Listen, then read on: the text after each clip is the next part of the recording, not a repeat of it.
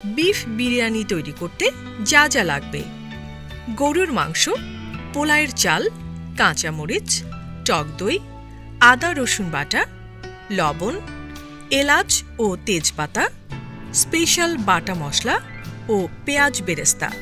উপকরণগুলো দেখে নিলাম। এবার আমরা বিরিয়ানি তৈরি করব। আমাদের সাথে আছেন শেফ নাইম এবং সঙ্গীত শিল্পী লিজা।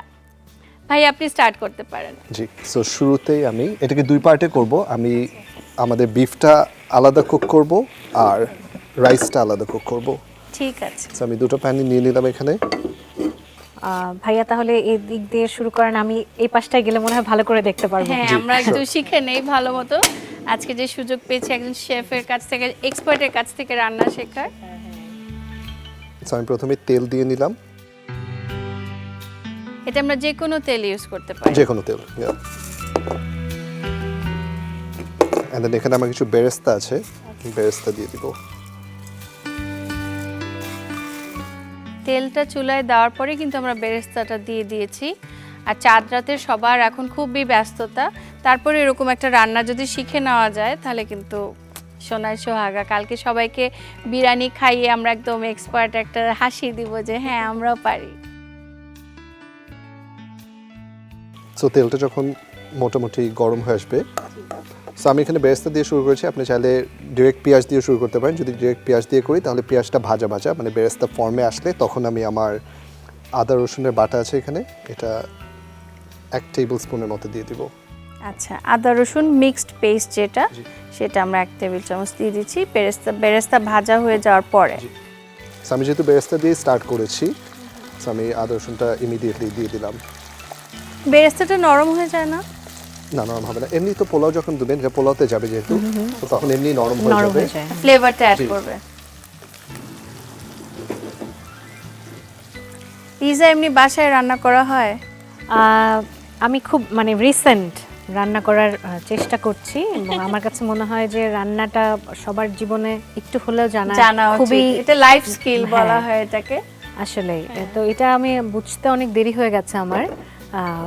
এখন আমি বলতে গেলে 2 বছর হবে, আমার মেয়ে হওয়ার পর আমি আসলে রান্না বান্না একটু মনোযোগী হয়েছে। মেয়ে কতটুকু? 2 বছর এখনো হয়নি। সো আমার এখানে একটা বাটা মশলা আছে,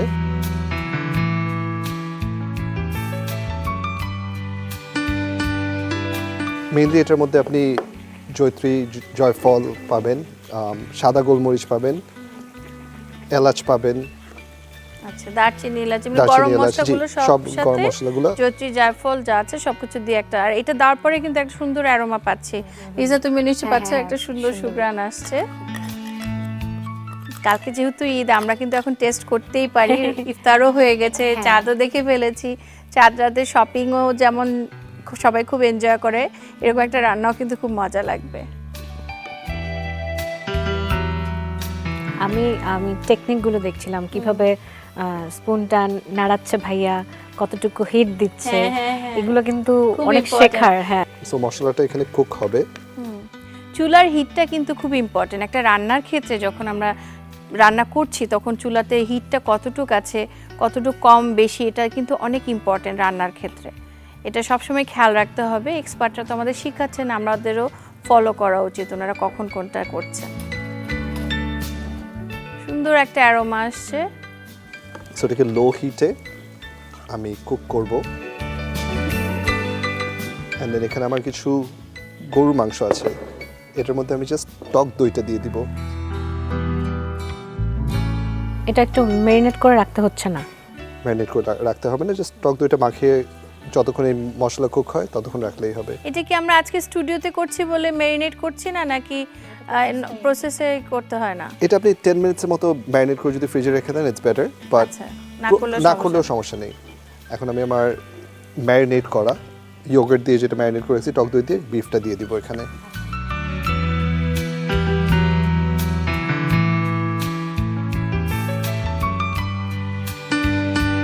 রান্নাটা খুব ধৈর্য এবং যত্নের বিষয়।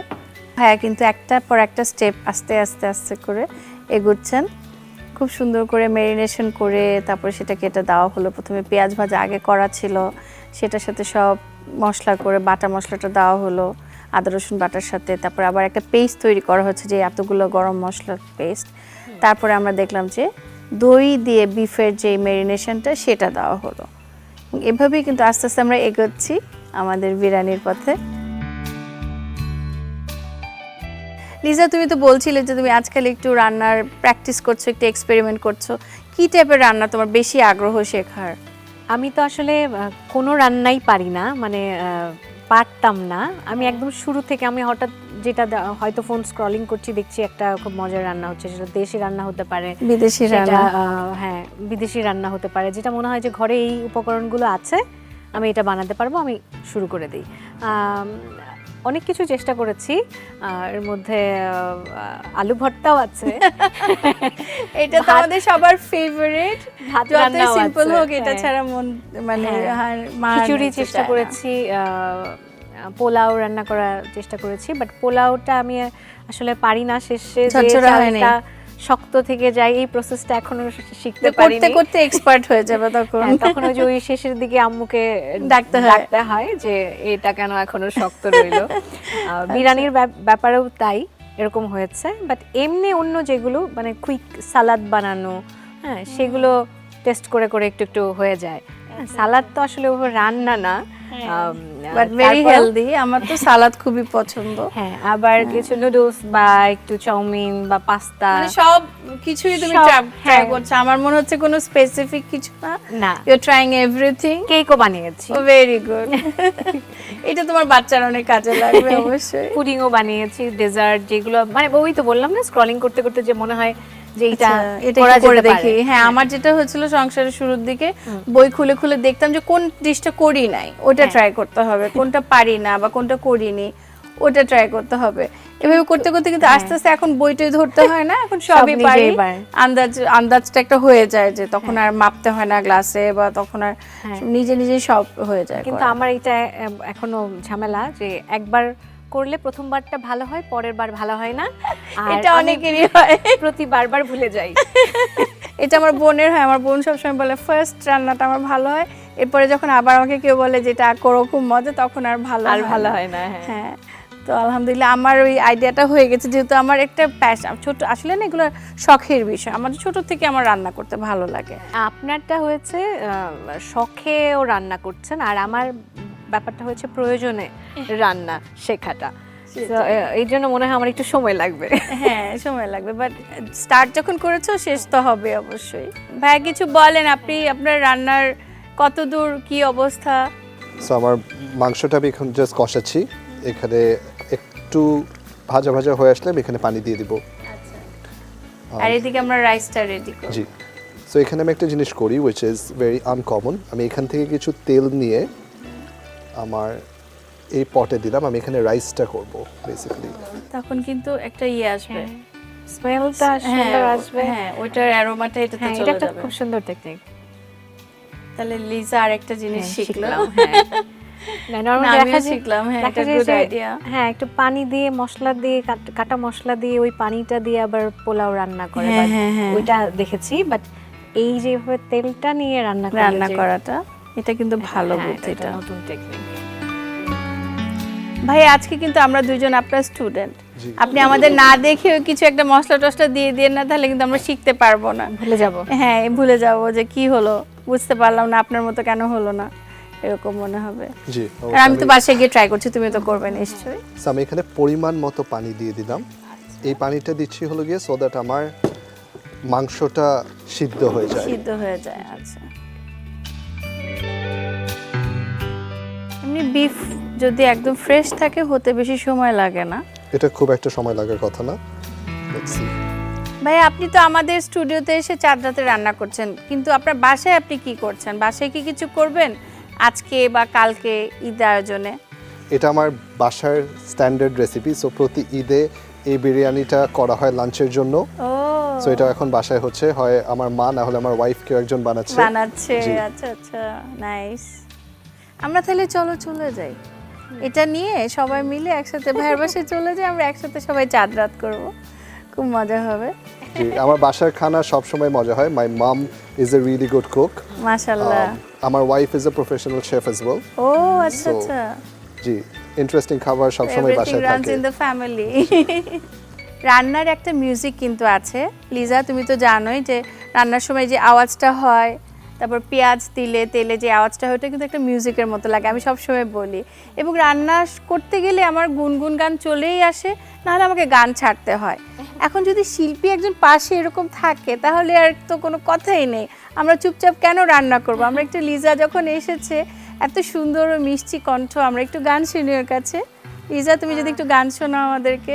আমি আমার খুব পছন্দের একটা গান অল্প করে একটু আচ্ছা, শোনাই। শিওর। আপু, আপনি গান শুরু করার আগে আমার এটা যতক্ষণে হয় আমি একসাথে শেষ করার জন্য, সাইমালটেনিয়াসলি শেষ করার জন্য আমি আমার রাইসটা বসিয়ে দিই আগে, তারপর আপনি গানটা হ্যাঁ, start শিওর করুন। শিওর। আচ্ছা, so আমি এখানে যে তেলটা নিয়েছিলাম এখান থেকে চুলাটা অন করে দিলাম।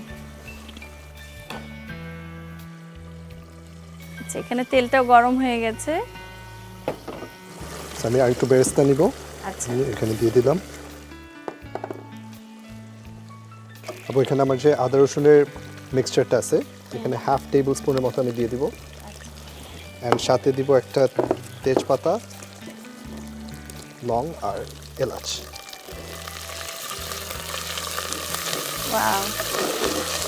রাইসটা দিয়ে দিচ্ছি, আচ্ছা, চালটা এখানে দিয়ে দিলাম। 1 কাপ আন্দাজে রাইস আছে। 1 কাপের একটু বেশি আছে। দেখো লিজা, কত সুন্দর একটা কালার কিন্তু অলরেডি। একটু পোলাওটা একটু ভাজা ভাজা করে নেওয়া হচ্ছে। সো মিক্স করে দিলাম সব কিছু।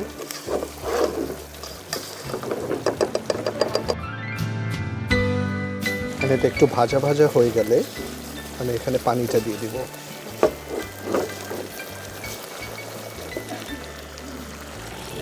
সো যেহেতু এখানে 1 কাপের থেকে একটু বেশি চাল আছে, so আমি 2 কাপ আমি সামান্য একটু এক্সট্রা দিয়ে দিব। 1 কাপে 2 কাপ পানি, এটা কিন্তু একদম মুখস্থ Standard. আন্দাজ, বুঝছো? হ্যাঁ, কিন্তু তারপরে মাঝে মাঝে হয় না, কেন? একদম মেপে দিতে হয়। মেপে আসলে দেওয়া হয় না, দেখে হ্যাঁ, 1 কাপে 2 কাপ পানি।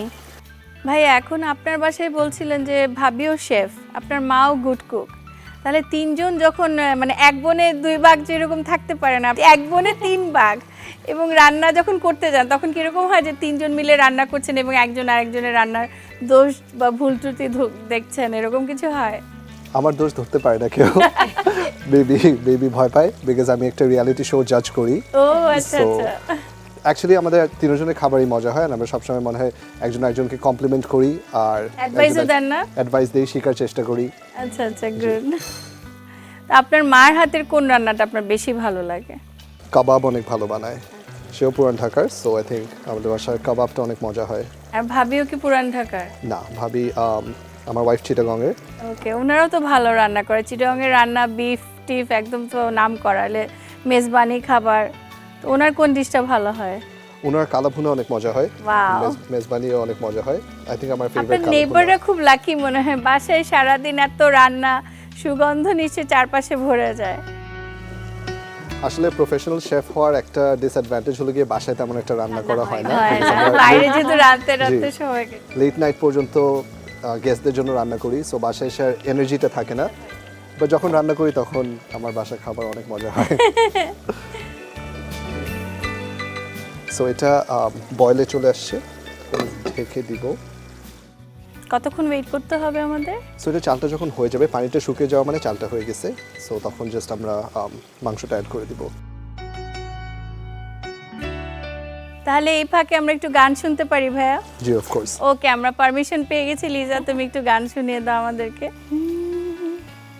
তুমি আসবে বলে জোনাকেরা দলে দলে কথা গেঁথেছে, কাছে ডাকবে বলে তোমাকে আমাকে নিয়ে দেখো সুর বেঁধেছে, রাত জাগা পাখিরা সেই গান গেয়েছে, নাচবে বলে কত ফুল এসেছে, আমি আছি আছি বসে কবে ডাকবে তুমি কাছে এসে, তুমি আসবে বলে। ওয়াও, মাশাআল্লাহ, কি Thank you. সুন্দর গান। কথা, সুর আর তোমার কণ্ঠস্বর সবকিছু মিলে দারুণ, থ্যাংক খুব ইউ। ভালো লাগলো। Thank you so much. আমাদের রান্নাও কিন্তু মনে হয় অনেকটা হয়ে যাচ্ছে। অলমোস্ট। বিফটা লুকস ভেরি ডিলিশিয়াস, খুব সুন্দর একটা গ্রেভি হয়েছে, আসলে খুবই ভালো লাগছে। সো এখন আমি যেটা করব, আমার রাইসও এখানে হয়ে গিয়েছে। আচ্ছা, খুব তাড়াতাড়ি কিন্তু হয়ে গেল না আমরা গল্প করতে করতে। সো আমি এখন যেটা করছি, আমার এখানে বিফটা নিয়ে হ্যাঁ হ্যাঁ, উপর দিয়ে দেবো।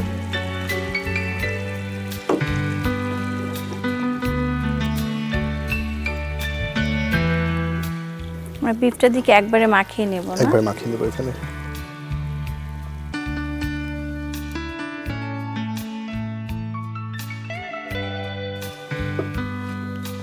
আমার এখানে কিছু কাঁচামরিচ আছে। এতগুলো কাঁচামরিচ অনেক ঝাল হয়ে যাবে না? আমি আমার নিজের জন্য হলে আরো দিতাম, যেহেতু আপনাদের জন্য করছি এর জন্য আচ্ছা আচ্ছা, খুব একটা থ্যাঙ্কস বেশি ফর দ্য দিইনি। কনসিডারেশন। নাহলে আমরা খালি দেখতেই পারবো, খেতে খেতে পারবো। পারবো না, আমি আবার খুব ঝাল খেতে পারি না। হ্যাঁ, আমারও মানে ঝাল পছন্দ করি, হ্যাঁ। একটা কাঁচামরিচ থাকলে ভালো হ্যাঁ। লাগে, বাট কামড় দিতে কিন্তু মানে পুরা ঝাল হলে I can take it. So এখন আমি এটাকে ঢেকে দিব, লো হিটে ঢাকা থাকবে, and we will cook it for another 15 minutes. তারপরে ইনশাআল্লাহ আমাদের বিরিয়ানি হয়ে যাবে। ওকে প্রিয় দর্শক, আমরা 15 মিনিট অপেক্ষা করছি। 15 মিনিট পর আমাদের রান্না কিন্তু শেষ হয়ে যাবে।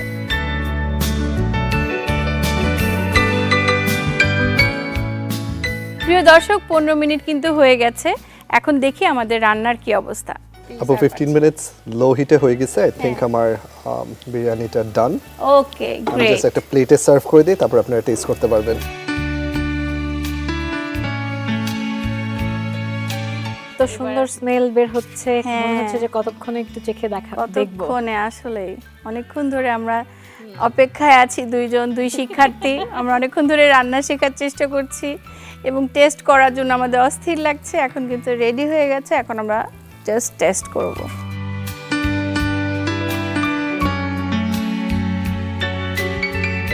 আপু তৈরি হয়ে গেছে আমাদের পুরান ঢাকার biryani. Thank you so much ভাই, এত সুন্দর একটা রেসিপি করে দেখানোর জন্য। আমরা দুইজন স্টুডেন্ট আপনার, আমরা এতক্ষণ ধরে অপেক্ষা করছিলাম। অনেক সুন্দর স্মেল আসছে, কান্ট বিলিভ ইট, অনেক মজা। আপু শুধু থ্যাংক ইউ বললে হবে না, আপনাদেরকে আমার ফুডটা ট্রাই করতে হবে and বলতে হবে কেমন হয়েছে। ও, আমরা তো ওয়েটই করছিলাম আমরা wait যে করছিলাম, কতক্ষণ একটু টেস্ট করব।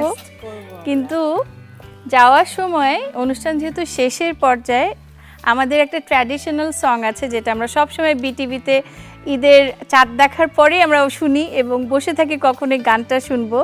রমজানের ওই রোজার শেষে এলো খুশির ঈদ, এটা খাবো, তারপরে আমরা গানটা গাইতে গাইতে সবাই বাসায় চলে যাব। ওকে, চলো একটু টেস্ট করি। আসলে লিজা ভাই, আপনি একটু টেস্ট করেন।